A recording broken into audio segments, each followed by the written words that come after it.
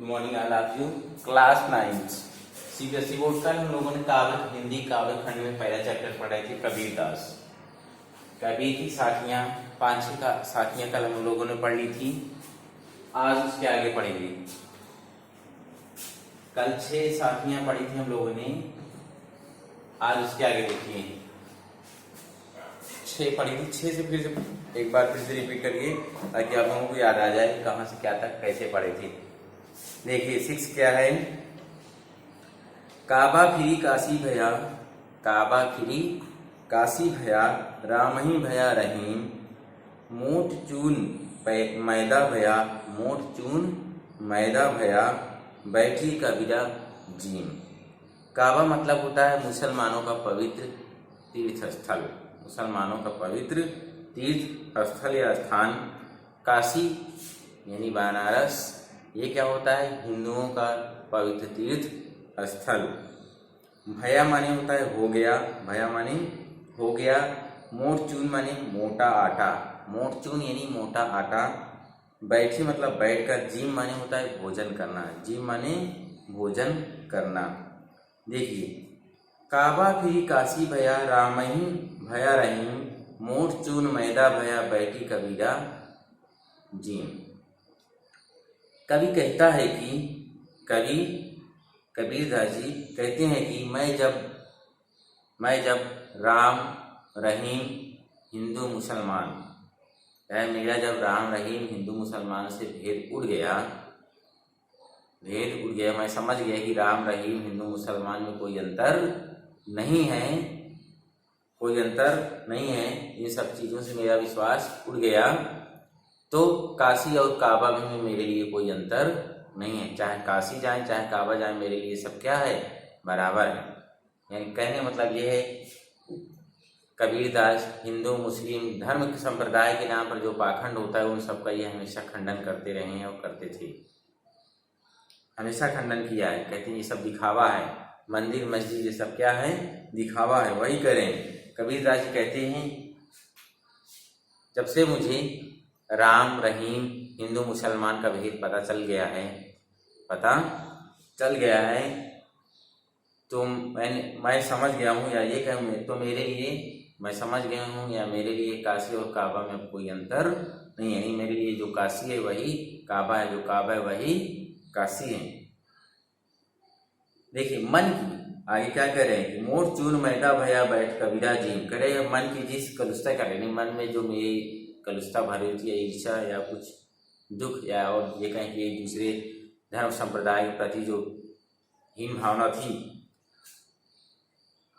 जिसे मैं मोटा आटा समझकर खा रहा था, जिसे मैं ऐसी भावनाओं को मैं मोटा आटा समझकर खा रहा था, अब वही मेरे मन का ये सब संदेह जब मिट गया काशी और काबा में कोई अंतर नहीं है, यही मोटा आटा क्या हो गया है अब बारीक मैदे के समान हो गया है, अब बारीक मैदे के सामान हो गया है, जिसे मैं आराम से खा रहा हूँ, अर्थात मेरे मन से धर्म सांप्रदायिकता जाति इन सब की भेदभाव की जो दुर्भावना थी वह क्या हो गई समाप्त हो गई है। देखिए अब सेवेंथ है। ऊंचे कुल जनमिया, जे करनी ऊंच न होई, सुबरन कलश सुरा भरा, साधु निंदा सोई। ऊंचे कुल का जन्मिया, ऊंचे कुल यानी ऊंचे खानदान में जन्म लेना। जे करनी ऊंच न होई, जे करनी ऊंच यानी करनी यानी कर्म, करनी यानी कर्म, जन्मिया माने पैदा होकर, ऊंचा कुल मतलब तो जानते हैं अच्छा खानदान। सुबरन माने होता है सुबरन काला, सुबरन माने होता है सोने का, क्या होता है सोने का। कलश माने घड़ा, जानते ही हैं आप लोग, कलश माने घड़ा। और सुरा माने होता है शराब, सुरा माने शराब दारू वाइन। और क्या है निंदा यानी बुराई करना, सोई मतलब उसकी, देखिए भावार्थ क्या है वो समझिए। क्या कह रहे हैं कबीरदास जी, ऊंचे कुल जनमिया, जे करनी ऊंच न होई, सुगरन काला सुरा भरा, साधु निंदा हुई। देख कर्मों के महत्व को बताते हैं यहाँ कबीरदास जी। क्या करें कि जो व्यक्ति कर्म से ही अपना कर्म करता है वही ऊंचे कुल का होता है, या ये कहीं कि उसी को ऊंचा स्थान प्राप्त होता है। ये नहीं है कि ऊंचे कुल में या ऊंचे खानदान में पैदा होने से आप बहुत ऊंचे हो गए, नहीं। कबीरदास जी क्या बताते हैं, कर्मों का महत्व है। जो व्यक्ति जैसा कर्म करता है वैसा ही स्थान पाता है। देखिए वही क्या करें, देखिए कर्मों के महत्व को बताते हुए कबीरदास जी क्या कहते हैं ऊंचे कुल का जन्मिया जे करनी ऊंच न होई, सुवर्ण कलश सूरा भरा साधु निंदा सोई। कहते हैं कि ऊंचे कुल में जन्म लेने मात्र से कोई व्यक्ति बड़ा नहीं बन जाता है। ये बात आप लोग भी बहुत अच्छी तरीके से जानते हैं कि ऊंचे कुल में जन्म लेने से कोई व्यक्ति बड़ा नहीं बन जाता है। बड़ा बनने के लिए अच्छे कर्म करने पड़ते हैं। क्या करें, जे करनी ऊंच न होई। बड़ा बनने के लिए अच्छे कर्म करना पड़ता है। बड़ा बनने के लिए अच्छे कर्म करना पड़ता है। इसी का उदाहरण देते हुए क्या कहते हैं कबीरदास जी, कहते हैं कि जिस प्रकार सोने के पात्र में शराब भरी हो तो सज्जन भी उसकी निंदा करते हैं। जिस प्रकार सोने के पात्र में शराब भरी तो सज्जन भी उसकी निंदा करते हैं। कबीरदास जी इसमें क्या बता रहे हैं, ऊंचे कुल का जन्मिया जे करनी ऊंच न होई, सुवर्ण कलश सूरा भरा साधु निंदा सोई। कर्मों के महत्व को बताते हुए कबीरदास जी कहते हैं कि ऊंचे कुल में जन्म लेने मात्र से ही व्यक्ति ऊंचा नहीं बनता है या बड़ा नहीं बनता है। उसे बड़ा बनने के लिए, उसे ऊंचा बनने के लिए अच्छे कर्म करने पड़ते हैं। जैसे कि जिस प्रकार सोने के पात्र में शराब भरी हो तो सज्जन व्यक्ति भी उसकी निंदा करते हैं, उसी प्रकार मनुष्य ऊंचे कुल में ले लिया, इसका मतलब ये नहीं है कि उसकी बुराई नहीं होगी या वो सब बहुत ऊंचा है तो उसमें कोई अवगुण है। देखिए आगे, तो ये था साखियां आपके समाप्त हो गई हैं। अब क्या है, अब है आपका शब्द पद। ठीक है, देखिए शब्द,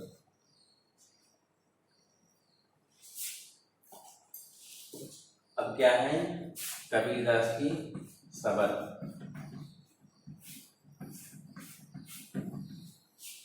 पहला पद यहाँ क्या देखेंगे, पहला पद देखिए,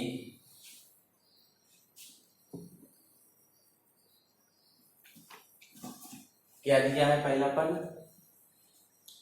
कह रहे मोको कहाँ ढूंढे बंदे मैं तो तेरे पास में, ना मैं देवल ना मैं मस्जिद ना काबे कैलाश में। ये भी बहुत अच्छा पद है। देखिए, मोको कहाँ ढूंढे नंदे बंदे मैं तो तेरे पास में, ना मैं देवल ना मैं मस्जिद ना काबे कैलाश में। ना तो कौने क्रिया कर्म में नहीं योग वैराग में, खोजी होए तो हृदय मिली हैं पल भर की तलाश में। कहे कबीर सुनो भाई साधो सब श्वासों की श्वास में। मोको मतलब मुझको, मोको यानी मुझको, कहते ना मुझको। बंदे मतलब मनुष्य, कहते बंदा, बोलते ना कि ये बंदा आया। बंदे माने मनुष्य, देवल माने देवालय, देवल मतलब देवालय। काबा तो जानते ही हैं, बताया हूँ पिछले दोहे में, मुसलमानों का पवित्र तीर्थ स्थल। कैलाश मतलब कैलाश पर्वत, जहाँ भगवान शिव का निवास स्थान है माना जाता है। कौने मतलब किसी, कौने माने किसी। क्रिया कर्म माने होता है मनुष्य द्वारा ईश्वर की प्राप्ति के लिए किए जाने वाले आडंबर, मनुष्य द्वारा ईश्वर प्राप्ति के लिए किए जाने वाले आडंबर को क्या कहा गया है, क्रिया कर्म। योग माने होता है योग साधना, वैराग माने वैराग्य, तुरते मतलब तुरंत, मिली है मतलब मिलेंगे, तलाश मतलब खोज, तलाश माने खोज, मिली है माने मिलेंगे। देखिए अब कबीरदास जी कहना क्या चाहते हैं, भावार्थ समझिए। मोको कहा ढूंढे बंदे मैं तो तेरे पास में, ना मैं देवल ना मैं मस्जिद ना काबे कैलाश में। एक मनुष्य जीवन भर ईश्वर को पाने का कबीरदास जी कहने मतलब क्या, मनुष्य जीवन भर ईश्वर को पाने का प्रयास करता रहता है, प्रयत्न करता रहता है। वो पता नहीं कितनी प्रकार की क्रियाएं करता है, योजनाएं बनाता है, कहीं ना कहीं ईश्वर उसको मिलेंगे। जीवन भर कुछ ना कुछ ईश्वर की प्राप्ति के लिए कुछ ना कुछ करता रहता है, पर उसको प्रभु के दर्शन नहीं होते हैं, पर उसको प्रभु के दर्शन नहीं होते हैं। यानी क्या कह रहे हैं कबीरदास जी, देखिए कहते हैं कि मनुष्य जीवन भर ईश्वर को प्राप्त करने के लिए विभिन्न प्रकार की, नाना प्रकार की क्रियाकलाप या क्रियाएं प्रक्रियाएं कुछ न कुछ हमेशा करता रहता है, लेकिन उसे ईश्वर की प्राप्ति नहीं होती है, उसे ईश्वर की प्राप्ति नहीं होती है, मोको नहीं होती है। इसी निराकार ब्रह्म को, इसलिए कबीरदास ने क्या कहा, निर्गुण ब्रह्म की उपासना करने के लिए कहा। इसी निराकार ब्रह्म मनुष्य से कहते हैं, इसीलिए इन मनुष्यों से कबीरदास जी कहते हैं कि क्या कहते हैं कि हे मनुष्य, तूने मुझे कहाँ खोजा, तूने मुझे कहाँ खोजा, मुझे यानी ब्रह्म को, योग को, ज्ञान को, तूने मुझे कहाँ खोजा, मैं तो तुम्हारे पास में ही हूँ।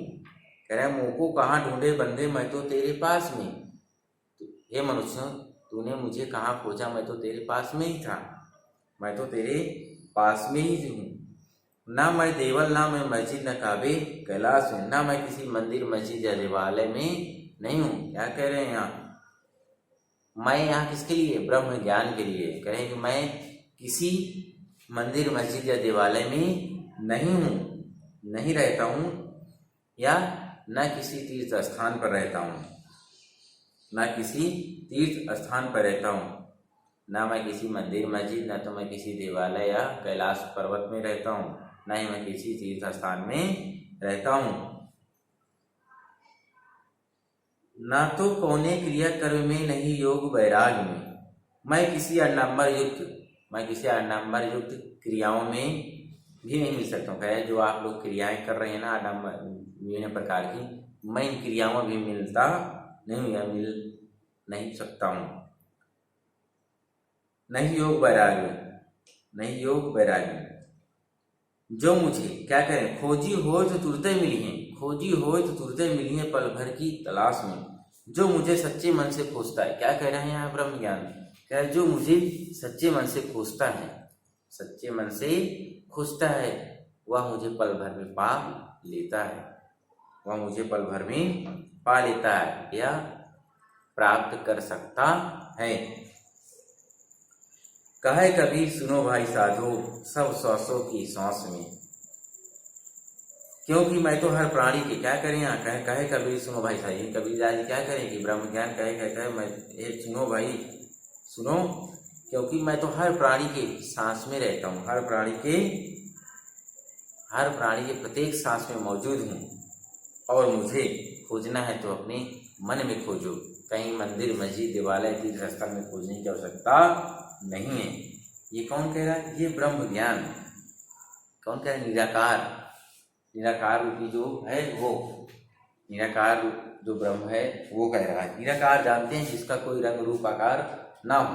हम लोग ईश्वर की पूजा पाठ करते हैं, कभी राम जी, कभी कृष्ण जी, कभी शिव जी, यही हम लोग देखते हैं कि कोई ना कोई मूर्ति पूजा पाठ या कोई ना कोई फोटो रख के मूर्ति करते हैं, लेकिन ये होता है सगुण मतलब वो सामने रखना, प्रकट करना, हमारे सामने जो उपस्थित होते हैं उनका। लेकिन जो निराकार होते हैं, निराकार जानते हैं, निराकार जिसका कोई आकार ना हो, जिसका कोई रंग रूप ना हो, केवल मन में ध्यान लगाना ही क्या है, निराकार ब्रह्म का ज्ञान है। वही यहाँ उसी को कह रहे हैं कबीरदास जी, निर्गुण शाखा के कवि थे, इसलिए वो ये सब मूर्ति पूजा या मस्जिद मंदिर मस्जिद इन सब चीज़ों कभी नहीं माने हैं, कभी इन सब का समर्थन नहीं किया, इनका हमेशा खंडन किया है। वही तो कह रहे हैं, अरे मुँह को कहाँ ढूंढे बंदे, मुँह को कहाँ ढूंढे बंदे, मुँह को कहाँ ढूंढे बंदे, मैं तो तेरे पास में, ना मैं देवल में, ना मैं मस्जिद में, ना मैं देवल में, ना मैं मस्जिद में। क्या कह रहे हैं, ना मैं देवल में, ना मैं मस्जिद में, ना तो कौने क्रिया करे में, नहीं योग वैराग में, खोजी हाय तो तुरते मिली हैं पल भर की तलाश में। काहे कबीर सुनो भाई साधो सब सौसों की सोच में। देखिए मनुष्य जीवन भर पहले बताया ये कबीरदास जी क्या करें कि मनुष्य जीवन भर ईश्वर को प्राप्त करने के लिए विभिन्न प्रकार की क्रियाकलाप या प्रक्रियाएं कुछ न कुछ करता रहता है, परंतु उसे ईश्वर की प्राप्ति नहीं होती है। इन्हीं मनुष्यों से ब्रह्म ज्ञान के रूप में कबीरदास जी क्या कहते हैं, इन्हीं मनुष्यों, यही मनुष्य हैं जो जिंदगी भर कोई न कोई क्रिया कर्म करते रहते हैं ईश्वर को प्राप्त करने के लिए। इन्हीं मनुष्यों से कबीरदास जी क्या कहते हैं ब्रह्म ज्ञान के रूप में, कहते हैं कि हे मनुष्य मोको कहाँ ढूंढे बंदे मैं तो तेरे से। हे मनुष्य तू मुझे कहाँ खोजता है, तूने मुझे कहाँ खोजा, कहाँ कहाँ खोजता है। मैं तो तेरे पास में हूँ, मैं तो तुम्हारे पास में ही हूँ, तू मुझे कहाँ खोजता है। ना मैं देवल ना मैं मस्जिद न काबे कैलाश में। क्या करें, मैं किसी मंदिर मस्जिद या किसी देवालय या किसी तीर्थ स्थान पर नहीं हूँ। क्या कह रहा है यहाँ ब्रह्म ज्ञान, कह रहा है मैं किसी मंदिर मस्जिद देवालय या किसी तीर्थ स्थान पर नहीं मिलता हूँ या वहाँ नहीं रहता हूँ। ना तो कोने क्रिया कर्मी नहीं योग वैराग्य। न किसी चीज मैं किसी आडंबर युक्त क्रियाओं से भी नहीं मिल सकता। मैं किसी आडंबर जनिक दिन भर जो तुम क्रियाकलाप तमाम करते हो मैं इनसे भी मिलने वाला नहीं हूँ। खोजी हो तो तुरते मिली हैं, खोजी हो तो तुरते मिली हैं पल भर की तलाश में। जो मुझे सच्चे मन से खोजता है, जो मुझे सच्चे मन से खोजता है वह मुझे पल भर में पा सकता है। जो मुझे सच्चे मन से खोजता है वह पल भर में मुझे प्राप्त कर सकता है। काहे कबीर सुनो भाई साधो सब सौसों की सांस में। क्या करें कि जो मुझे पल भर में प्राप्त कर सकता है, क्यों? क्योंकि मैं सभी मनुष्य के प्रत्येक प्राणी के सांस में मौजूद, सांस यानी श्वास में मौजूद रहता हूँ, श्वास में मौजूद रहता हूँ। मुझे खोजना है, अगर मुझे खोजना ही है तो आप अपने मन में खोजिए, कहीं अन्यंत्र जगह यानी किसी और अन्य जगह नहीं। तो ये था पहला शब्द, शब्द का पहला पद। दूसरा पद जो है वो अब की बार 30% आपका हटा दिया गया है, तो दूसरा पद हटा दिया गया है, लेकिन फिर भी आपको थोड़ा सा मैं इसके बारे में बता देता हूँ। ठीक है, बहुत अच्छा है इसलिए थोड़ा सा बता देता हूँ। संतव भाई आई ज्ञान की आंधी रे, संतव भाई आई ज्ञान की आंधी रे, भ्रम की टाटी सबय उड़ानी माया रही न बांधी रे।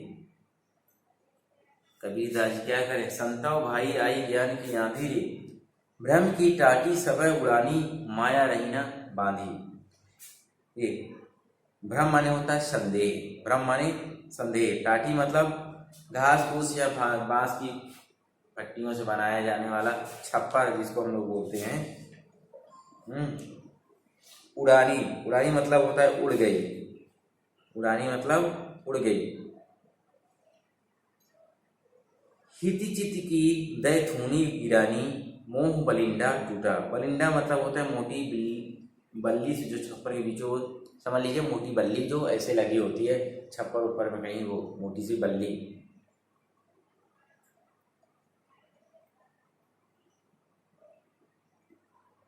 हिति स्वार्थ चित्त मन दवे, हिति माने होता है स्वार्थ, चित्त माने मन, चित्त माने मन, द्वय मतलब दो, थूनी मतलब सहारे के लिए लगाई गई लकड़ी, थूनी लगा देते हैं, खंबा टाइप का जो लकड़ी का लगा होता है वो। गिरानी मतलब गिर गई, टूटा, टूटा मतलब टूट गया, तृष्णा मतलब होता है तृष्णा लालच। देखिए आगे क्या कहते हैं, कुबुद्धि कुबुद्धि, योग जुति योग साधना के उपाय, निर्चु मतलब तनिक भी।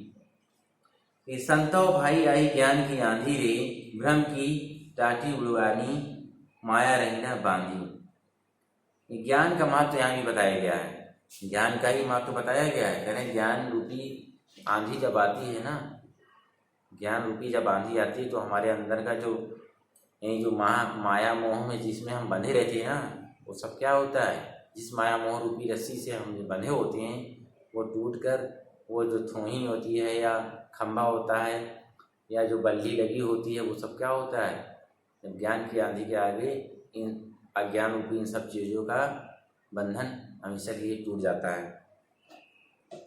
देखिए, ज्ञान का महत्व प्रतिपादित यानी बताते हुए कबीरदास जी कहते हैं कि हे संतो ज्ञान की आंधी आ गई है। संतो यानी मनुष्यों को, सज्जनों को, हे संतो ज्ञान की आंधी आ गई है। उसके प्रभाव से भ्रम का आवरण टूट गया है। उसके प्रभाव से भ्रम रूपी जो छप्पर था वह क्या हो गया है, टूट गया है। इसके प्रभाव से, ज्ञान के प्रभाव से भ्रम रूपी छप्पर टूट गया है। कबीरदास जी कहते हैं, यहाँ ज्ञान का महत्व बताते हुए कबीरदास जी क्या कहते हैं कि हे संतो भाई आई ज्ञान की आंधी। हे संतो ज्ञान की आंधी आ गई है और उसके प्रभाव से भ्रम रूपी जो छप्पर था उसका आवरण उड़ गया, आवरण टूट गया। भ्रम की टाटी सबे उड़ानी माया रही न बांधी। वह माया की रस्सी से बांधा नहीं रह सका। नहीं, वो जो माया रूपी रस्सी से बांधा हुआ था मनुष्य, या ये कहेंगे जो माया रूपी रस्सी से जो छप्पर रूपी मनुष्य बंधा हुआ था वह क्या हुआ, टूट गई। हिति चितकी है थूनी गिरानी, मोह बलिंडा टूटा। स्वार्थ के खंभे तथा मोह की बल्लियां टूट गईं। स्वार्थ रूपी जो खंभे थे और मोह की जो बल्लियां थी वह क्या हो गईं, टूट गईं। इस ज्ञान की आंधी आने से ही स्वार्थ के खंभे तथा मोह रूपी बल्लियां टूट गई। तृष्णा छानी पारी घर ऊपरी, कुबुद्धि का भांडा फूटा। तृष्णा का छप्पर गिरने से, तृष्णा मतलब प्यास।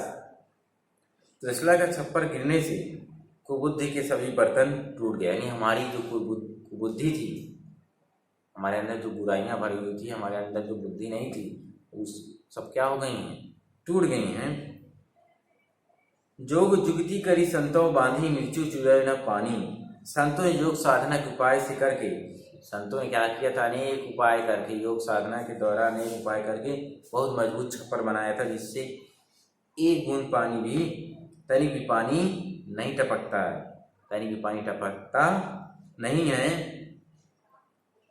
कूड़ कपट काया का निकस्या हरि की गति जब जागी। संतों ने जब प्रभु का मर्म जान लिया, क्या किया कि जब जान गए प्रभु के मर्म, ये कहेंगे प्रभु के महानता को जान लिया, तो उनका शरीर क्या हो गया, निष्कपट हो गया। वो जब जान गए प्रभु की महानता को जान लिए तो उनका शरीर क्या हो गया, निष्कपट हो गया। यानी उनके शरीर में जितने भी ये मोह माया छल कपट या बंधन से बंधे हुए थे ये सब क्या हो गए, अपने आप ये बंधन खुल गए और चले गए। देखिए, आंधी पीछे जो जल बूठा, प्रेम हरिजन भीना। कह रहे हैं कि इस ज्ञान रूपी आंधी के पश्चात प्रभु भक्ति रूपी जल की वर्षा हुई। उससे हरि के प्रेम में सभी लोग भीग गए। यानी उस प्रेम रूपी जल वर्षा में सब लोग, प्रेम भक्ति रूपी जल वर्षा में सब लोग भीग गए। इस प्रकार ज्ञान के सूर्योदय से संतों का अंधकार क्या कहे कबीर, भान के प्रगटे। भान मतलब होता है सूर्य, भान माने सूर्य, प्रगटे मतलब प्रकट होना, उदित मतलब उदय या निकलना। इस प्रकार ज्ञान के सूर्योदय से संतों के मन में अंधकार नष्ट हो जाता है और ज्ञान का प्रकाश प्रकट हो जाता है। ये था दूसरा वाला शब्द।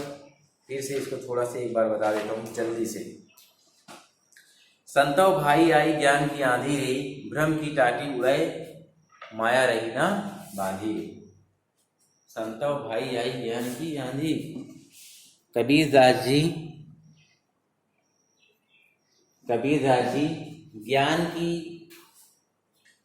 की महत्ता को समझाते हुए क्या कहते हैं, ज्ञान की महत्ता को बताते हुए क्या कहते हैं, ज्ञान का महत्व बताते हुए कबीरदास जी कहते हैं कि हे संतों, ज्ञान की आंधी आ गई है, ज्ञान की आंधी आ गई है। भ्रम की टाटी सबे उड़ानी माया रही ना बांधी रे। उसके प्रभाव से, यानी ज्ञान के प्रभाव से ज्ञान रूपी आंधी के प्रभाव से भ्रम का आवरण यानी भ्रम रूपी छप्पर उड़ गया है। भ्रम रूपी छप्पर उड़ गया है।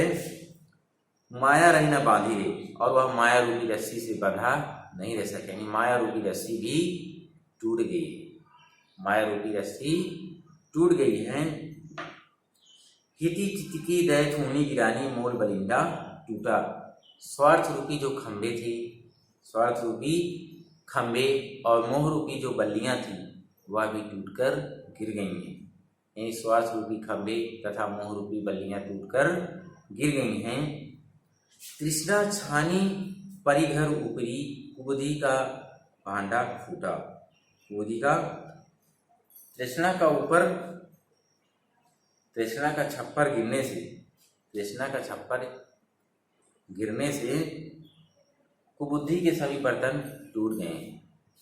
तृष्णा का छप्पर है, ये जो मोह माया का छप्पर था, इसके गिरने से सभी कुबुद्धि क्या हो गई, कुबुद्धि रूपी बर्तन टूट गए। जोग जुगती करी संतव बांधी, जोग जुगती करी संतव बांधी, मृत्यु चुहे न पानी। संतों ने योग साधना के उपायों से, संतों ने योग साधना के उपायों से नए मजबूत छप्पर को बनाया था। क्या करेंगे, जोग जुगती करी संतों निर्चु चुहे न पानी। निर्चु माने तनिक, कहें संतों ने योग साधनाओं से, या ये कहें कि ऐसी क्रियाओं से, मतलब इतना सोच समझ के बढ़िया मजबूत छप्पर बनाया था कि उसमें से एक बूंद पानी भी निकलने ना पाए, चूने ना पाए, टपकने ना पाए। कूड़ कपट काया का निकस्या है कि गद जब जाड़ी। कूड़ कपट का काया निकस्या हरि गति जब जाड़ी। क्या कह रहे हैं, कह रहे हैं कि संतों ने जब प्रभु, कह रहे हैं संतों ने जब प्रभु का महत्व समझ लिया, जान लिया, हरि की गति जब जाड़ी, यानी संतों ने जब ईश्वर की गति जान ली, ईश्वर का महत्व जान लिया, कूड़ कपट काया निकस्या, तो उनका शरीर निष्कपट हो गया। यानी उनके अंदर का जो अंधकार था, उनके हृदय में जो कपट था, जिस माया और मोह में वो बंधे हुए थे, स्वार्थ में बंधे हुए थे, वो सब क्या हो गया, निष्कपट हो गया। यानी उनका हृदय एकदम पवित्र हो गया।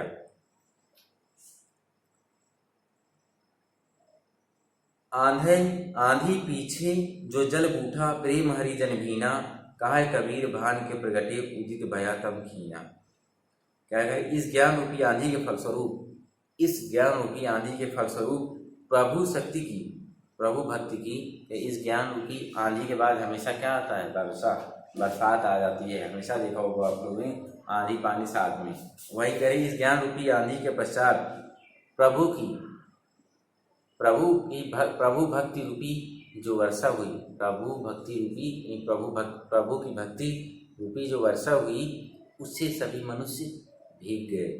सभी मनुष्य ईश्वर के प्रेम में भीग गए, ईश्वर के प्रेम में भीग गए। कहे कबीर भान के प्रगटते, उदित भया तम खीना। इस प्रकार ज्ञान के सूर्योदय से, इस प्रकार ज्ञान के सूर्योदय से संतों के मन का अंधकार नष्ट हो गया। इस प्रकार ज्ञान के सूर्योदय से संतों के मन का अंधकार नष्ट हो गया। ये आपका पहला चैप्टर कबीरदास साखियां और शब्द समाप्त। इसमें जो भी क्वेश्चन आंसर साखी शब्द में जो भी दिया गया है, भाषा अध्ययन, शब्द रचनावलियां, ये सब आपको कॉपी में सब करने हैं, ठीक है। सारे क्वेश्चन आंसर आपको करना है, कॉपी में कंप्लीट करिएगा। और अगला चैप्टर आपको अब नेक्स्ट डे पढ़ाया जाएगा, इसको यहाँ तक कंप्लीट कर लीजिएगा। सब लोग नोट्स ज़रूर बना लीजिएगा, और नोट्स में सारे क्वेश्चन आंसर, इसका मतलब जो नहीं समझ में आया, समझ में ना आया हो, उसको एक बार घर पर रिवीजन करिए, अच्छे से पढ़िए। उसको मीनिंग, वर्ड मीनिंग दी गई है पीछे, उसको देख के अच्छे से पढ़ लीजिए, समझ लीजिए किसका क्या मतलब होता है। फिर उसके बाद जो है क्वेश्चन आंसर या जो भी दिया है एक्सरसाइज करिए, ठीक। ये चैप्टर कंप्लीट। अब आगे अगले दिन।